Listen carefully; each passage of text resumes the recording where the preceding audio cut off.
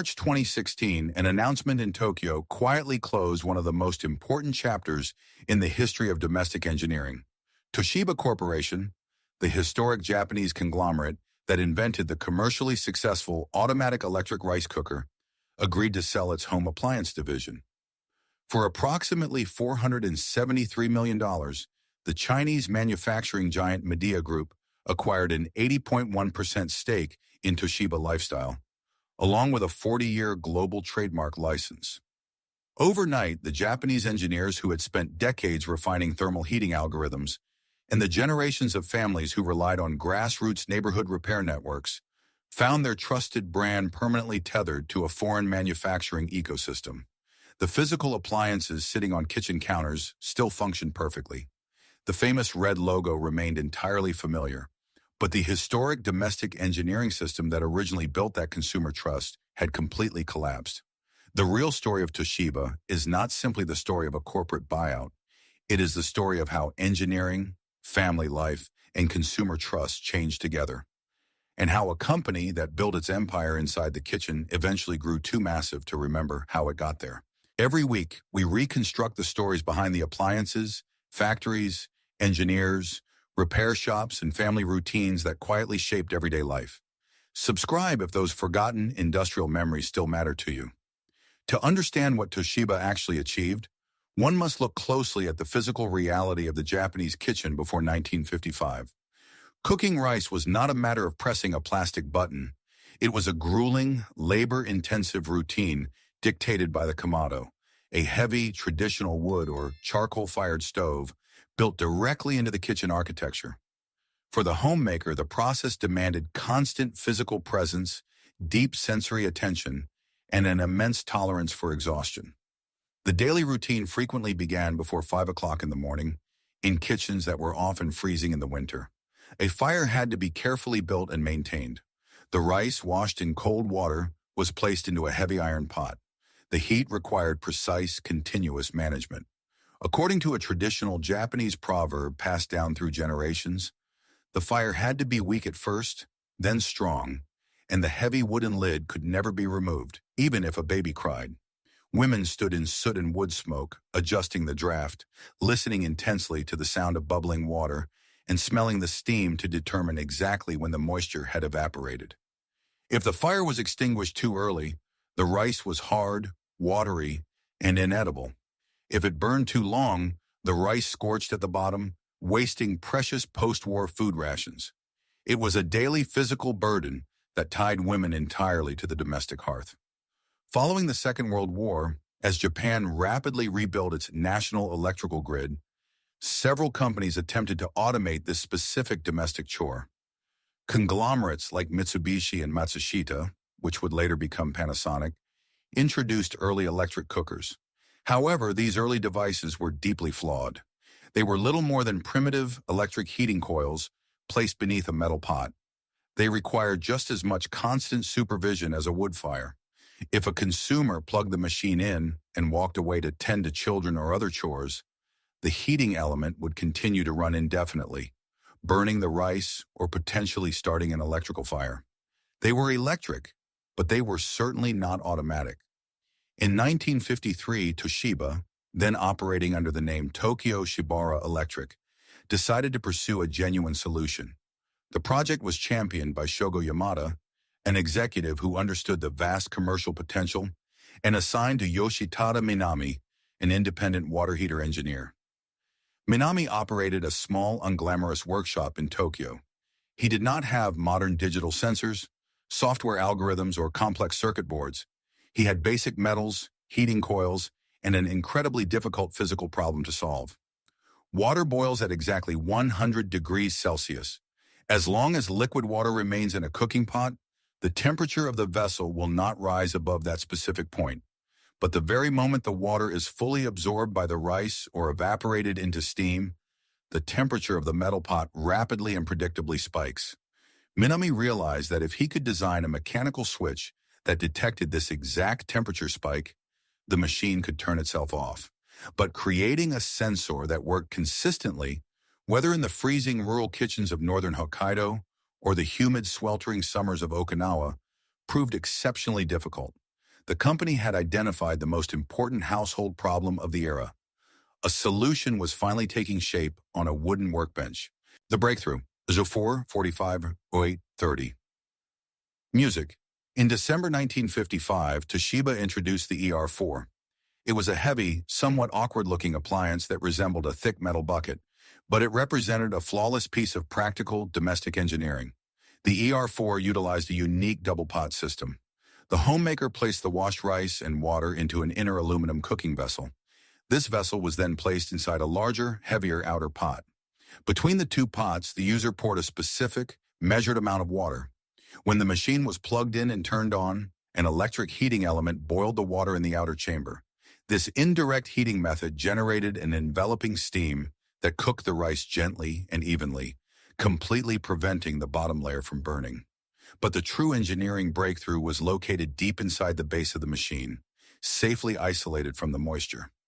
Minami had successfully integrated a bimetallic thermostat. A bimetallic strip consists of two different metals physically bonded together, each possessing a different rate of thermal expansion.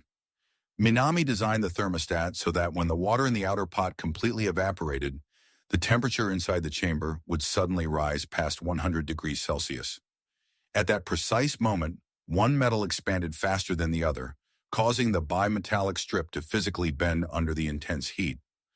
As it curved, it tripped a mechanical lever. The heavy switch on the front of the machine snapped upward with a loud, definitive click. The electrical power was instantly cut. The homemaker no longer had to stand in the soot and smoke. She did not have to manage the charcoal draft. She simply added water, pressed a single heavy switch downward, and walked away. The machine knew exactly when the food was ready. When Toshiba first demonstrated the ER4, retail buyers were highly skeptical. Rice was considered too culturally important, and the ingredients too expensive to trust to an unproven electrical switch. But Toshiba's salespeople began aggressively cooking rice live in department stores, small hardware shops, and even on the back of flatbed trucks parked in residential neighborhoods. When families saw the switch pop up automatically and tasted the perfectly cooked, fluffy white rice inside, the skepticism immediately evaporated. The physical experience was revolutionary. Families experienced the engineering not as a technical specification printed in an instruction manual, but as time they no longer had to spend watching a boiling pot. For countless women, the ER4 returned at least an hour of sleep every single morning. The retail success was absolute and immediate.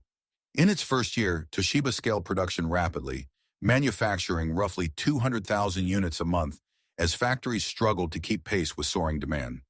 Within 4 years of the ER4's introduction, an estimated 50% of all Japanese households owned an automatic electric rice cooker. The original double-pot design did have one hidden weakness.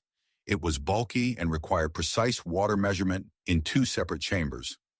Competitors rushed to copy the concept, eventually introducing more space-efficient single-pot systems with the bimetallic thermostats pressed directly against the bottom of the inner vessel.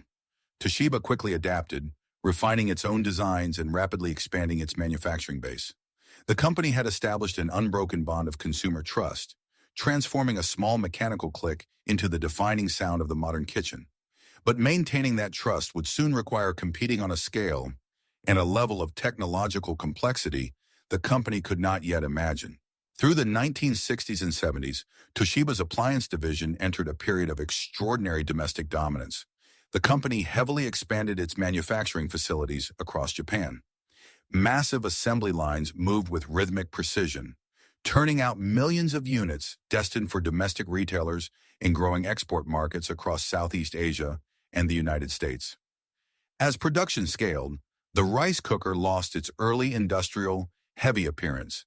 It evolved into a sleek, colorful household object.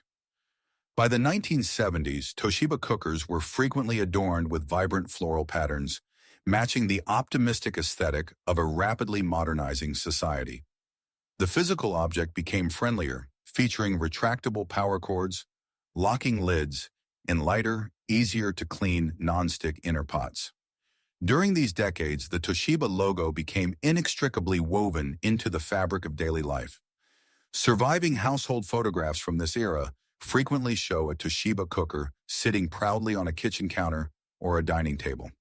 When a young couple married, a high-quality electric rice cooker was almost a mandatory wedding gift. In thousands of homes, the evening routine was identical. The plastic measuring cup scooped the grain, the aluminum inner pot was washed under the tap, the wet metal was wiped dry before being carefully set over the heating plate. The heavy mechanical switch was pushed down. When the familiar click sounded, steam lifted beneath the lid, carrying the distinct, comforting smell of fresh rice. Crucially, this consumer trust was reinforced by a vast, localized physical retail network. Toshiba operated thousands of keiretsu stores, small, neighborhood-level appliance shops exclusively affiliated with the brand. The folded warranty card, tucked away in a kitchen drawer, connected the family directly to the shop owner down the street. The machines were built with robust, highly repairable components. If a thermal fuse blew or a heating element eventually failed, the neighborhood Toshiba dealer could open the metal base, physically unscrew the broken part, replace the bimetallic thermostat, and return the machine to the family within days. This era established what would later become the central tragedy of the brand. If Toshiba's appliance division disappeared, Japan would not just lose a manufacturing company, it would lose a self-sustaining industrial ecosystem. The engineering knowledge, the massive factory employment, and the grassroots neighborhood repair networks that sustain these machines represented a living connection to the birth of the nation's consumer economy. Families trusted Toshiba because the physical evidence of that trust sat on their counters and operated in their neighborhoods, delivering on its promise every single day. By the late 1980s, however, the fundamental physical nature of the appliance began to change. Mechanical bimetallic thermostats were gradually replaced by microcomputer control, widely marketed as MECOM. The satisfying mechanical resistance of the heavy cook lever was replaced by the soft, silent press of a flat membrane button. Inside the base, the simple metal strip disappeared, replaced by a green-printed circuit board and an electronic thermistor. The machine no longer simply clicked off, it actively adjusted heating curves throughout the cooking cycle. Later, induction heating, or IH, arrived. Instead of warming a traditional heating plate beneath the pot, IH used tightly wound copper coils to generate electromagnetic energy directly inside the metal of the cooking vessel itself. The consumer physically felt this change. IH rice cookers were significantly heavier, and the inner pots became thick, multi-layered vessels designed to conduct magnetic fields. Toshiba's engineers easily kept pace with this transition, producing highly advanced premium cookers. They introduced complex vacuum pressure systems that physically pulled air from the inner pot to allow water to absorb faster into the grain. Families still trusted the brand. But inside the corporate boardrooms of Tokyo, the appliance division was becoming a fraction of a sprawling financial empire, and the retail market would soon demand something entirely different. The decline of Toshiba's appliance empire did not begin with a sudden drop in product quality. It began as a slow, structural shift in corporate attention and a radical transformation of the retail landscape. By the 1990s, the global landscape of consumer electronics had transformed. Toshiba was no longer just a maker of rice cookers, fans, and washing machines. It was a massive, heavily diversified conglomerate deeply invested in semiconductor manufacturing, laptop computers, infrastructure projects, and heavy industrial equipment. The kitchen was no longer the center of the company's universe. The first subtle cracks appeared in retail positioning. While Toshiba continued to produce excellent high-end vacuum pressure rice cookers, specialized kitchen appliance manufacturers like Zojirushi and Tiger began to capture the premium market share. Because these competitors focused almost entirely on thermal cooking technologies and insulated vessels, they innovated rapidly. They poured their research into inner pot metallurgy and software algorithms, unburdened by the complexities of a massive conglomerate. Simultaneously, Toshiba's foundational distribution system began to collapse.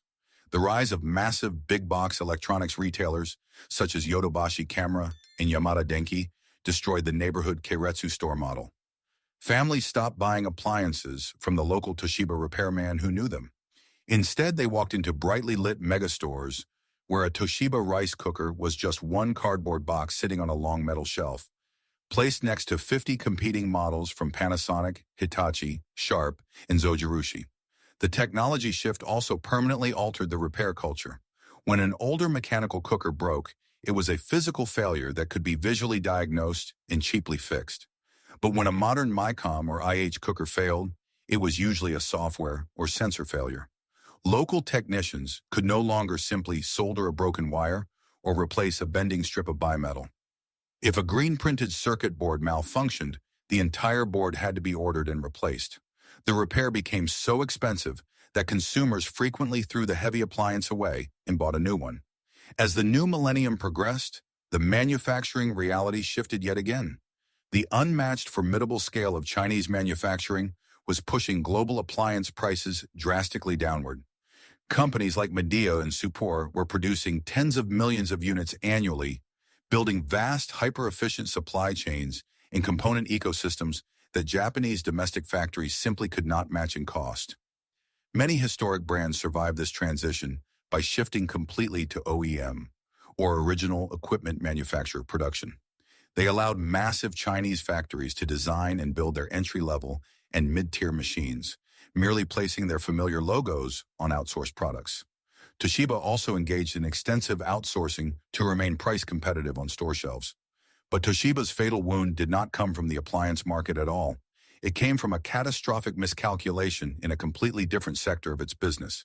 In 2006, Toshiba made a massive strategic gamble. The conglomerate purchased Westinghouse Electric Company, an American nuclear power business, for roughly $5.4 billion. Corporate executives firmly believed that an impending global renaissance in nuclear energy would secure the conglomerate's financial future for decades. Instead, the acquisition became an anchor that would drown the company. Following the 2011 Fukushima Daiichi nuclear disaster, the global demand for new nuclear construction collapsed almost overnight. Westinghouse began hemorrhaging money, suffering massive cost overruns and years of delays on highly complex construction projects. The financial pressure on Toshiba's corporate leadership in Tokyo became immense and unmanageable. Desperate to hide the mounting nuclear losses from shareholders, executives began systematically demanding completely unrealistic profit targets from division managers across the entire conglomerate. In 2015, the pressure finally cracked the foundation. An independent investigation revealed a massive corporate fraud. Toshiba had intentionally overstated its operating profits by roughly $1.2 billion over a period of 7 years. The accounting scandal shocked the Japanese business world. Multiple chief executives resigned in disgrace. The company's stock value plummeted. Facing immediate potential bankruptcy and desperate for massive amounts of cash to cover billions in nuclear-related write-downs, Toshiba was forced into a radical, painful corporate restructuring. The conglomerate had to sell off its most valuable and historic consumer assets just to survive. The home appliance division, operating as Toshiba Lifestyle Products and Services, was placed on the auction block. The very division that had introduced the automatic electric rice cooker to the world, the division that had built the brand's deep, multi-generational reservoir of consumer trust, was no longer considered a core business. In March 2016, Midea Group finalized the acquisition. The human and industrial consequences were profound and irreversible. Japanese engineers, many of whom had spent decades obsessively refining thermal heating algorithms, steam vents, and inner pot metallurgy, suddenly found themselves working for a Chinese parent company. Decision-making power, design authority, and capital allocation shifted permanently from Tokyo to Shundi, China, where Midea operated some of the largest and most advanced appliance factories on Earth. Retailers slowly adjusted to the new reality. The Toshiba-branded boxes arriving on the store shelves looked virtually identical to the ones from a year earlier. The vacuum pressure induction heating technology remained highly respected, but the industrial system behind the cardboard had fundamentally changed. The warranty networks were integrated into Midea's vast global service infrastructure. Component sourcing aggressively leveraged Chinese supply chains. The manufacturing footprint was reorganized. The profits generated by the famous red logo now flowed outward, away from Japan. The historic company did not refuse to innovate. It did not make a bad rice cooker. It built a massive, unstable financial structure. That structure finally collapsed. It crushed the foundational business beneath it. The red logo remained on the cardboard boxes. The appliances still shipped to retail shelves, But the supply chains moved outward. The internal circuit boards changed. The original corporate architect vanished. Legacy and outro 2015-23-30. Music. Today, a modern Toshiba rice cooker remains a highly capable, well-manufactured appliance. Media Group did not spend hundreds of millions of dollars to acquire the historic brand, only to diminish its reputation. Instead, the new parent company wisely leveraged Toshiba's remaining engineering patents, its premium consumer image, and its residual Japanese design capabilities to significantly elevate its own global product portfolio. In many consumer markets, particularly across Southeast Asia and the Middle East, Toshiba appliances continue to represent durability, technological sophistication, and premium aesthetics. But the historical separation is entirely complete. Toshiba Corporation, the massive conglomerate that originally funded Yoshitada Minami's small, unglamorous workshop in 1953, no longer engineers, designs, or physically manufactures the kitchen appliances that carry its name. The corporate giant retreated to focus almost entirely on energy grids, infrastructure, and digital systems, leaving the consumer kitchen behind forever. The original domestic appliance factories that drove the post-war economic miracle were gradually reorganized, closed, or completely integrated into foreign supply chains. The legacy of the brand now exists in two entirely different spaces. In modern big-box retail stores and online e-commerce platforms, it lives strictly as a licensed trademark, printed onto sleek machines powered by the formidable, unmatched scale of Chinese manufacturing. But in memory, the legacy remains intensely physical, concrete, and deeply personal. Vintage appliance collectors, industrial historians, and museums across Japan still carefully preserve early ER4 double-pot models. Long-term owners often refuse to part with their old mechanical Toshiba cookers, keeping them running for decades. They frequently rely on a shrinking network of independent, elderly repair technicians who cannibalize broken machines in cluttered neighborhood shops just to find surviving bimetallic thermostats, intact thermal fuses, and heavy metal heating plates. These older machines represent a lost era of manufacturing. They are artifacts of a time when the company, the domestic factory, and the physical product were exactly the same entity. They serve as physical evidence of a period when engineering was directly and visibly connected to the intimate daily experience of a family. Modern smart kitchen systems can connect to wireless networks, download customized cooking algorithms from the cloud, and alert a smartphone application when dinner's ready. But they cannot fully replace the physical simplicity, the mechanical repairability, and the enduring consumer trust that originally built the modern kitchen. Somewhere, sitting quietly on a faded scratch kitchen counter, an original mechanical machine is still working. The metal casing is dented. The vibrant floral pattern has faded into a pale silhouette. The plastic handle has yellowed with decades of age. The original measuring cup is long lost. Inside the heavy base, the water boils away. The temperature predictably rises past 100 degrees Celsius. The bimetallic strip bends. The internal mechanical lever catches. And the heavy switch snaps upward with a loud, definitive click. See you in the next video.